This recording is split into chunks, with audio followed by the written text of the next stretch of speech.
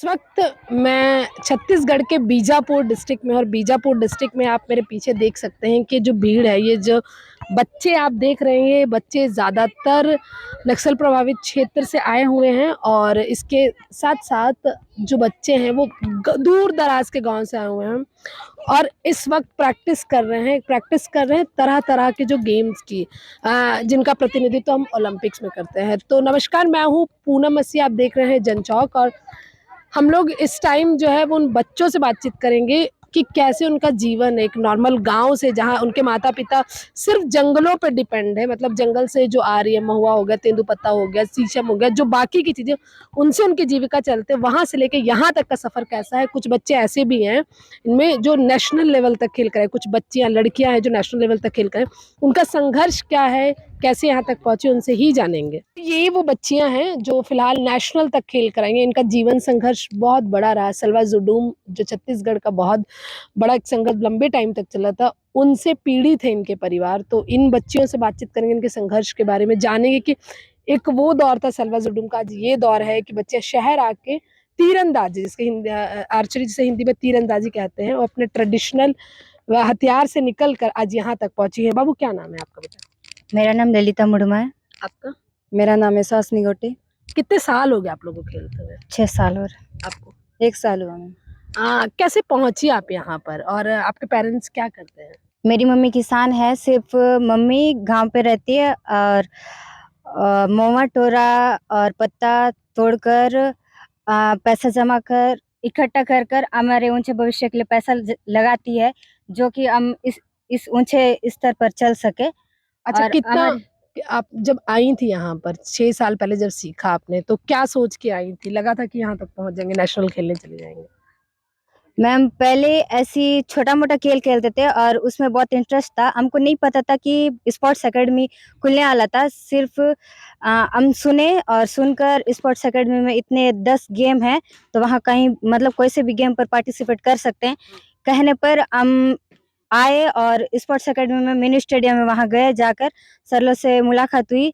फिर सरलों से मुलाकात होने पर हमको बताया गया कि कोई से भी गेम पर आप पार्टिसिपेट कर सकते हैं जो आपको अच्छा लगे। तो हमको नहीं पता था कि तीरंदाजी ऐसा होता है और ऐसा गेम होता है। हम तो पहले गाँव पे भी नहीं देखी थी मैं, कि मैं इतना मेरे को पता था कि तीर चलाते हैं, इतना पता था, लेकिन ये नहीं पता था कि यहाँ तीरंदाजी और इतना कॉम्पिटिशन भी होता है करके। गाँव वाला तीर और धनुष और यहाँ में तो अंतर होगा। जी, अंतर है मैम। जब हम देखे तो सबसे पहले तो हम इंडियन बो पकड़े, लकड़ी वाली। तो उसके बाद वहाँ से फिर चलाते-चलाते फिर एक स्टेट खेलने के बाद उसके बाद पता चला फिर मॉडर्न इक्विपमेंट भी है, जो कि रिकर्व। रिकर्व मैंने चलाया और वहाँ चलाकर मैंने नेशनल खेला है, नेशनल लेवल तक। उसके बाद वहाँ से फिर उसके बाद कोरोना की वो छुट्टी लग गई थी। उसके बाद हमने गेम छोड़ दिया जैसा हो गया था, लेकिन फिर भी तो जब छोड़ के दोबारा आने में दिक्कत हुई थी आपको? दिक्कत हो गई थी मैम। दिक्कत हो गई थी। मैंने सोचा था कि मैं फिर से गेम पार्टिसिपेट नहीं कर पाऊँगी। फिर सर ने कॉल किया और बोले कि आजा बेटा। फिर मुझे बहुत खुशी हुई कि फिर से मैं पार्टिसिपेट कर सकती कितना हूँ। पढ़ी हैं आप? मैम मैं अभी सेकंड ईयर में, BSc second year. BSc second year जी। कर रहे, तो कैसे तालमेल बैठाती हैं बीएससी करना और गेम में भी कंसंट्रेट करना? मैम सुबह 6 बजे से 8 बजे तक यहाँ प्रैक्टिस होती है। तो 6 बजे से 8 बजे तक प्रैक्टिस करते हैं। उसके बाद फिर यहाँ से जाने के बाद साइकिल से होते हुए बीजापुर जाते हैं हम। 6 किलोमीटर है और वहाँ जाकर उसके बाद फिर 9 बजे हमारी नाश्ता होती है। 10 बजे हमको कॉलेज जाना रहता है। फटाफट 9 बजे नाश्ता करते हैं, उसके बाद अपने कॉलेज के लिए रेडी होकर हम कॉलेज जाते हैं। फिर 1 बजे लंच के लिए आते हैं, उसके बाद फिर कॉलेज जाते हैं। गाँव कितना दूर है आपका? मैम गाँव यहाँ से होगा 30-35 तो होगा। 30-35 किलोमीटर गाँव जाती हैं। जी। गाँव में स्कूल है? गाँव के स्कूल से पढ़ी हैं? नो मैम, गाँव में स्कूल नहीं है। अभी भी स्कूल नहीं है? हाँ, नो। अभी भी स्कूल नहीं है? नो मैम, स्कूल नहीं है मैम। तो आप और कैसे पढ़ी हैं?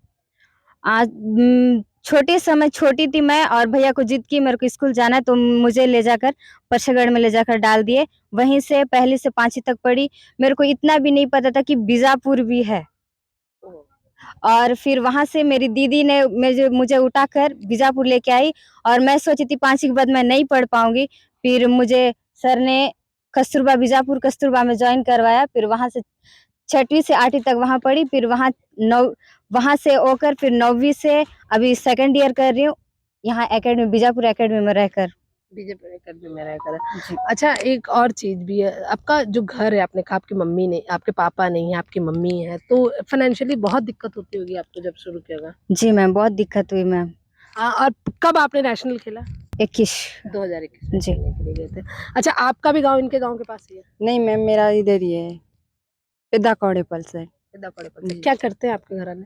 जी खेती बाड़ी करते हैं। खेती बाड़ी करते हैं। जी अच्छा, जब आने वाली थी तो आपको घर वालों ने मना नहीं किया, क्योंकि गांव में ज्यादातर लड़कियों को निकलने नहीं दिया यार अभी नहीं भी? मैम, मना नहीं की, कुछ नहीं बोले घर कुछ वाले? नहीं बोले मैम। क्या सोचा कि आपको तीरंदाजी में ही जाना है? जी मन किया था मैम, इसलिए आ मन, गई। मतलब मन क्या रहा पाए हैं? जी कोई ऐसा शौक नहीं था? शौक तो था मैम, किस चीज का? इसी का था या किसी और चीज का? इसी का था मैम। किसी चीज का था। जी अच्छा, जैसे कि घर में जैसे खेती बाड़ी कर रहे हैं, गेम आप खेल रहे, गेम में बहुत जल्दी उपलब्धि नहीं मिलती, सबको यही है कि नौकरी करेंगे जल्दी पैसा कमाएंगे, तो कभी ऐसा नहीं लगा कि पहले काम कर लेते फिर खेलेंगे? जी पहले खेलेंगे उसके बाद काम कर लेते। मतलब दिमाग में बैठा रखा है कि पहले खेलेंगे। जी अच्छा, ये मैं आप अपने दर्शकों को बताऊं कि ये जो बच्चियां हैं, इनका जो गांव है वो नक्सल प्रभावित क्षेत्र में, और वहां से यहाँ आना कई जमाने में मुश्किल है, क्योंकि छत्तीसगढ़ को जैसे हम देखते हैं और जो धरातल पे चीजें, उसमें काफी ज्यादा अंतर भी है। छोटी सड़कें हैं, अब जैसे अभी अभी बताया बच्ची ने कि यहाँ पर अभी भी उनके 2023 में जब हैं, जब बड़े बड़े सरकारी वादे किए गए, उस दौर में भी उनके गांव में स्कूल नहीं है, आसपास में भी स्कूल नहीं है। तब समझिए कि ऐसी परिस्थिति में किसी लड़की का यहाँ तक आना अपने आप में बहुत बड़ी बात है, कि गांव में स्कूल नहीं है, पिता नहीं है, और इतना बड़ा सलवा जुडूम का दर्द है उनके बीच में, लेकिन फिर भी यहाँ तक पहुंची, ये हौसले वाली बात है। और बच्चे जो अभी फिलहाल जो छोटी छोटी बच्चियां हैं जो इसी साल आई हैं, इनसे जरा, वो क्या नाम है आपका? मेरा नाम अंकिता नाग है। कहाँ से आई हैं आप? मैं एरामंगी से हूँ। एराबंगी से। आप? मेरा नाम तानिया पुणे में, मैं उसूर ब्लॉक की हूँ, बासागुड़ा। आप बेटा? मेरा नाम प्रीति पोयम है, मैं कुटरू की हूँ। तुर्की है। अच्छा, आप लोग इसी साल आई हैं क्या? Yes ma'am. मर्जी से आई हैं या ऐसे ही आई हैं? मैम यहाँ पर एकलव्य का पेपर दिला के आए हम। फर्स्ट रनिंग कराए थे, तो फिर पता नहीं था कि क्या मिलेंगे क्या नहीं। फिर उसके बाद फिर अपन का क्या करते हैं? सिलेक्शन हुआ ना जी। तो सिलेक्शन हुआ तो खुश हैं तीरंदाजी में आके, या कुछ और करना था? तीरंदाजी करना था। तीरंदाजी करना था ना, जी। क्योंकि यहाँ का ट्रेडिशनल जो हथियार है वो तीर धनुष है। पहले कभी चलाया था यहाँ आने से पहले? जी नहीं। पहले नहीं चलाया था। क्या करते हैं घर वाले? पापा किसान है, मम्मी भी किसान। मम्मी भी किसान है, दोनों काम। जी। तो जंगल जाते होंगे? जी। आपके पापा क्या करते हैं पेरेंट्स? मेरे पापा नहीं है, मम्मी कार्य करता है। कार्य करता है? यस। कहाँ पर कार्य करता है? जी, बासागुड़ा। बासागुड़ा में। Yes ma'am. तो मम्मी आने के लिए यहाँ परमिशन दी? यस। कोई कुछ बोला नहीं? नो। मम्मी मतलब और बाकी कौन कौन है घर में?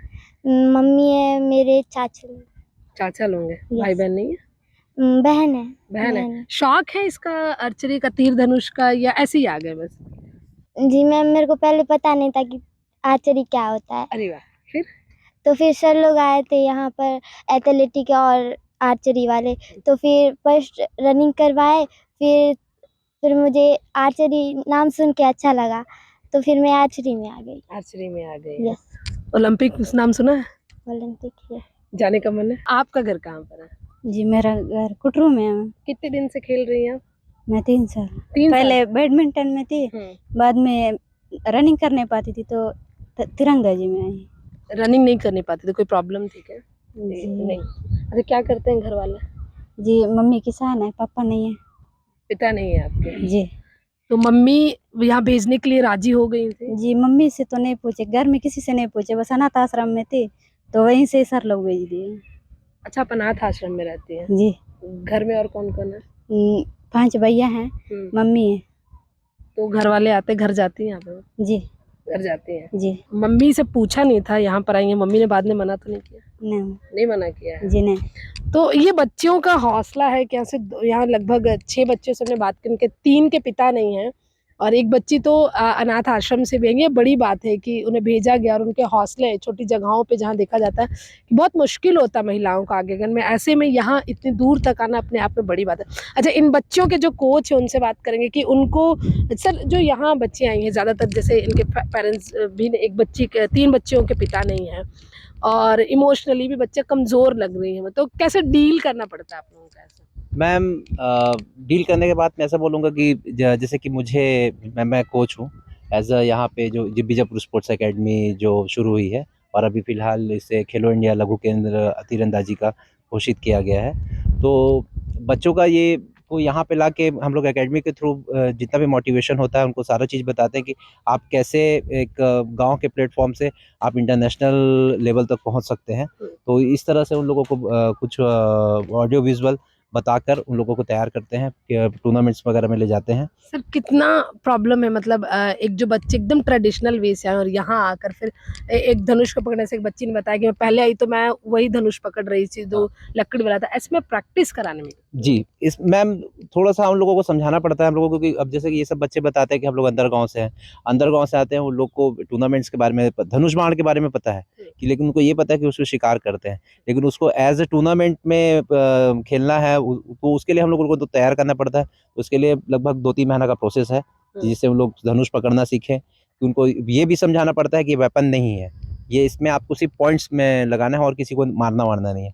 तो धीरे-धीरे बच्चे लोग समझ जाते हैं, सीख जाते हैं। आपके यहाँ पर नेशनल में खेलने के लिए गई हुई है लड़की, क्या उम्मीद करे कभी ओलंपिक में आपके स्टूडेंट को आगे? मे बी मैम जिस हिसाब से लोग अभी परफॉर्मेंस कर रहे हैं तो अभी प्लान तो है मैम आगे आने वाले समय में कम से कम 1-2 साल के अंदर हमारे यहाँ तीरंदाजी से जो बच्चे हैं मेरे, ये हमारे स्पोर्ट्स एकेडमी को इंटरनेशनल क्राइटेरिया पे जाने के लिए तो लगभग तैयार है मैम, लगभग। अच्छा सर, जैसे देखा जैसे बाकी गेम बास्केटबॉल है, वॉलीबॉल है, उन पे फिर भी लड़कियां, तीरंदाजी में बहुत कम लोग जाते हैं, जी। तो ऐसे में कितनी प्रॉब्लम आपको हो रही कि किसी स्टूडेंट को कन्विंस करके यहाँ का? मैम इसमें देखिए प्रॉब्लम ये है कि तीरंदाजी बहुत महँगा खेल हो जाता है। लगभग सारे धनुष लगभग 2 लाख, 2.5 लाख रुपए के आते हैं।